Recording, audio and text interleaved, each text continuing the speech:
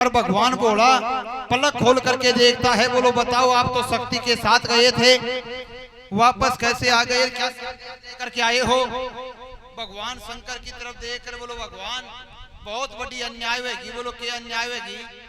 बोलो जो शक्ति को तूने बड़े चाव के साथ में और शक्ति बाप के यज्ञ में गई थी, गई हुई शक्ति का यज्ञ में अपमान हो गया और उस अपमान को सहन नहीं कर पाई और माता शक्ति तो बोलो इस धरती तरह पर नहीं रही। बोलो क्या हुआ। बोलो राजा दक्ष ने गई शक्ति का अपमान कर दिया, ऐसी ऐसी बात सुनवाने मिली, शक्ति जिंदी रही ना सकी। और सब के सब देवी देवता उस यज्ञ में बैठे हुए थे, पर देवताओं ने बग बग हंस करके शक्ति का अपमान किया है और उसी अपमान को सहन ना कर करके और शक्ति तो बोलो हवन कुंड में पड़ अपनी अग्नि ने प्राप्त कर दी, अपनी जान होम दी। और ये शब्द भगवान शंकर सुनता है, ब्रह्मा पुत्र नारद को याद करता है। ब्रह्मा पुत्र नारद शंकर भगवान के पास में आता है, नारद क्या ये गण सत्य बात बता रहे हैं कि मेरी शक्ति अब धरती धरा पर नहीं रही। बोलो भगवान या जो बात है जो बिल्कुल सत्य है, बोलो तेरी शक्ति अब देख वाला एक बची कौन है। नारद को तो काम ही आई छो, बोलो हमें सारा देवता की गलती है, सबसे बड़ी गलती बोलो ब्रह्मा विष्णु की है, उनकी आंखें देखा ये कर्म होगा। और राजा दक्ष इसका मैन दोषी है। अगर राजा दक्ष शक्ति को खरी खोटी नहीं बोलता तो वो लोग कदे भी या काम वैभा को ना सोच। भक्तों क्रोध उत्पन्न हो जाता है, ब्रह्मा पुत्र नारद तो चला जाता है और भगवान क्रोध में भर करके कैलाश पर्वत के ऊपर उखाड़ मारता है और अपनी जटा में हाथ दे करके बाल उपाड़ता है और अपनी जटा उखाड़ करके शिला के ऊपर बगाता है। शिला के टूक हो जाते हैं और शिला से वीरभद्र महाकाली पैदा हो जाते हैं। वीरभद्र दो गण और महाकाली को उत्पन्न करता है और वे खड़े होकर के भगवान की शरण में आते हैं। बोलो बताओ बताओ भगवान हमें कैसे याद किया और हम तेरा कौन सा कार्य सफल कर सकें। भगवान हमें भोग बहुत सता रही है, हम भोग से व्याकुल हैं, हमें हमारी भूख मिटाने का रास्ता बताओ और कौन सा कार्य तुम्हारा अटका हुआ है वो कार्य सुधारने का समय बताओ। और तब एक भगवान को क्रोध आ रहा था और क्रोध में भरा हुआ एक भगवान शिव एक वीरभद्र और महाकाली को ऑर्डर देता है और एक राजा दक्ष के बारे में कहता है। तो क्या कह रहा था और भक्तों कैसे वीरभद्र महाकाली सेना सजा करके राजा दक्ष के यज्ञ को विध्वंस करने जा रही थी। ये मेरा खास ससुर को जाकर दड़ शीश उड़ानो छे।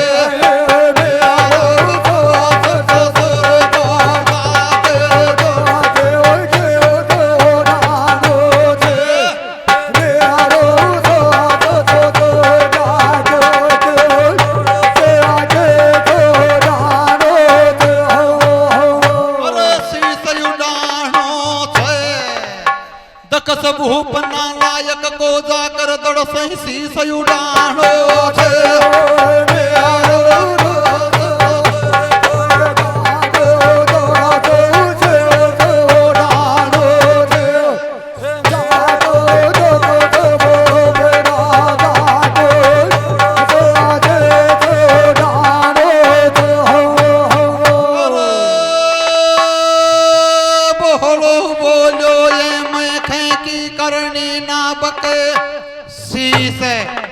और राजा दक्ष का यज्ञ में जावो मैंने बारी आगी रीस। और मेरो ससुरो राजा दक्ष अन्यायी जाताई काट दो सुनवो दड़ से शीश। और या बोहड़ा को यो डर या बथन युखम सुनानो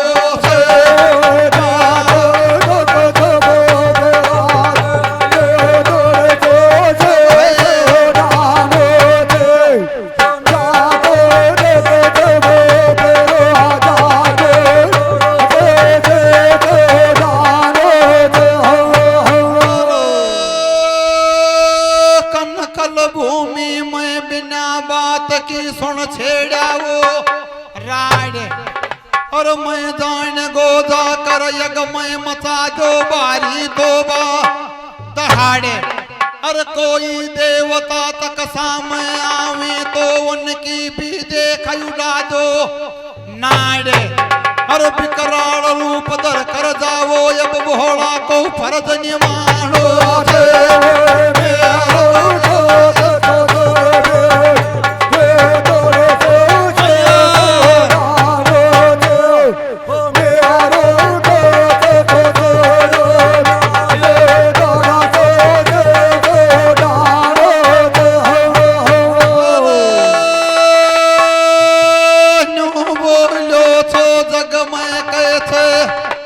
लगतो छिपतो जाकर देख पाड़ दो मांडो अरे अब कैलासा से चाल पड़ो छो वीर बदर को टांडो और यज्ञ मंडप में जाकर शक्ति को थम खुड़का दो खांडो और विष्णु तक सामने आवे तो यूं को भी दड़ से शीश उड़ाओ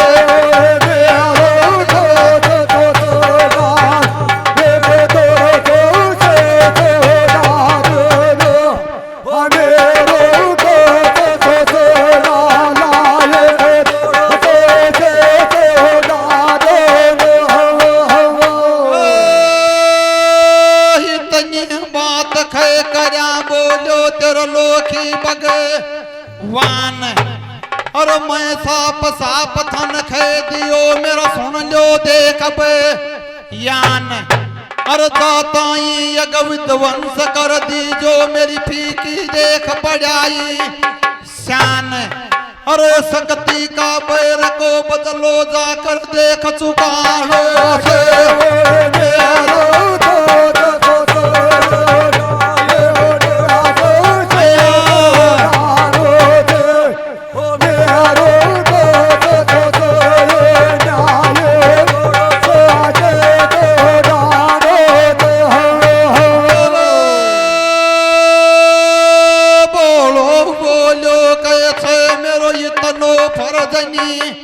माजे और तक सब पका यग में थम जल्दी कर करे जाजे और यज्ञ जार विध्वंस कर कया मन या कर जल्दी खबर सो नाजे अरे मैं जान गो अब दुसट को उलटी को दिल बिल्कुल यानो छे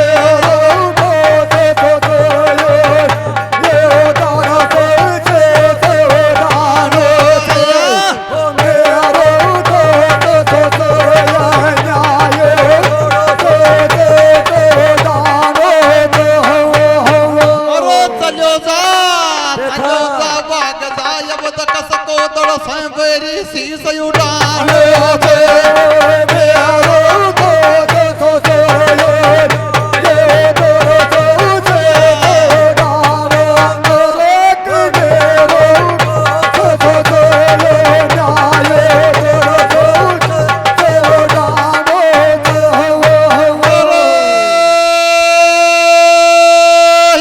शीतल मंद सुगंध चले छे देख बाढ़ को देखो अरे हर साल सावन में बाबा के भगता को सुन लागे थे मोखो अरे आई सोमवार को बार प्यारा मन को सुन काटी थी देखो अरे सब भगत तेरी शरण में बाबा भगता को बेड़ो पार लगाओ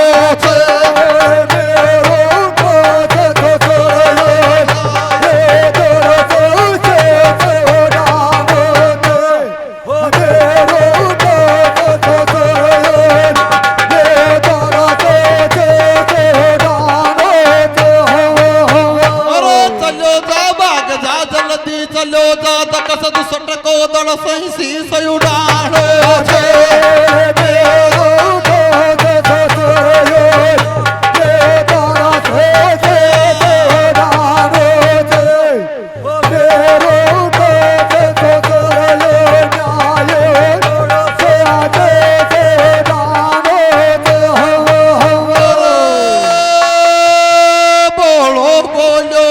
मैं खाऊं को ना टाड़ो और दकस भूप का यग में यगनी की जगह बवा दो देख खून को नाड़ो और यज्ञ विध्वंस कर दो थन बोल दियो धरती फिरती न रचे बाड़ो।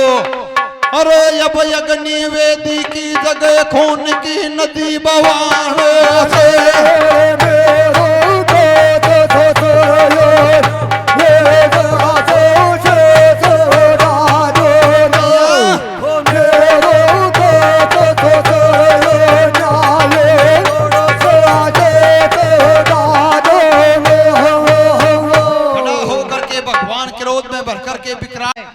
और विकराल रूप में आकर के कहता है कि अब तुम तैयार होकर के और दकस भूप के यज्ञ में उस कनखल नामक तीर्थ पर जाओ। और जिन्होंने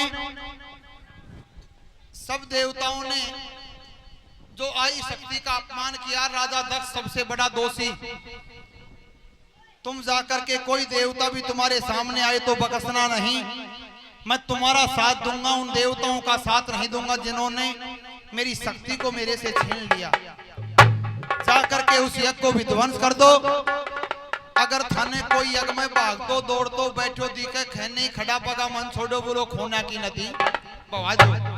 अगर मेरा ससुर राजा दक्ष तुम्हें सामने दिखे तो उसका दर से शीश अलग कर देना, मैं उसको जिंदा देखना नहीं चाहता। जिन्होंने मेरी शक्ति मेरे से छीन ली, मेरा तो अब इससे संसार में किसी से कोई नाता ही नहीं रहा। भगवान ये ऑर्डर दे करके वीर बदर महाकाली को तैयार कर करके भेजता है और उनका टांडा उठ करके और राजा दक्ष के कनकल घाट की तरफ जाता है। और भक्तों धीरे धीरे और वीर बदर महाकाली गरजते हुए और यज्ञ मंडप के नजदीक सी जाते हैं और राजा दक्ष के अपशकुन होना शुरू हो जाते हैं। यज्ञ मंडप में बिजली कड़कना शुरू हो जाती है। राजा का बायां नेत्र बाईं भुजा फड़कना स्टार्ट हो जाती है। राजा का मन त्रायमान हो जाता है, मन में भयभीत हो जाता है। आकाश में से आकाशवाणी होती है कि राजा बहुत देर खेल लिया, अब तेरे उल्टी को जो खो आगो बोलो अब तूने बचना हुआ तो बच ले। और ये शब्द सुन करके और राजा दक्ष जाकर के भृगु ऋषि के शरण में पड़ता है। अरे बोलो भृगु तू या कहो जो कि शंकर तो तेरो के में बिगाड़ सका ही कौन है, बोलो या के अन्याय वे बोलो मेरा तो सारा ही काम उल्टा होएगा। बोलो फिर भी तुझे घबराने की कोई जरूरत नहीं, मेरे पास में बहुत बड़ी बड़ी शक्ति है। बोलो मैं शंकर क्या शंकर के गण कोई भी आए बोलो किसी को मात नहीं दूंगा। झूठो विश्वास झूठा विश्वास देवा देवा राजा दक्ष ने यज्ञ मंडप में बैठाया रखो। इतनी देर में चल करके वीर बदर महाकाली यज्ञ मंडप में प्रवेश करते हैं और भागा दौड़ मचती है और उठा करके तलवार और सबके शीश काटना शुरू करते हैं। बहुत से ब्राह्मणों के शीश कट जाते हैं। देवता चलाए मान सा चातर सा समझदार सा भगवान का गणा ने देकर जानेगा क्या तो खुद भगवान की करोड़ी उत्पत्ति है। बोलो यन्न जीत वालों कोई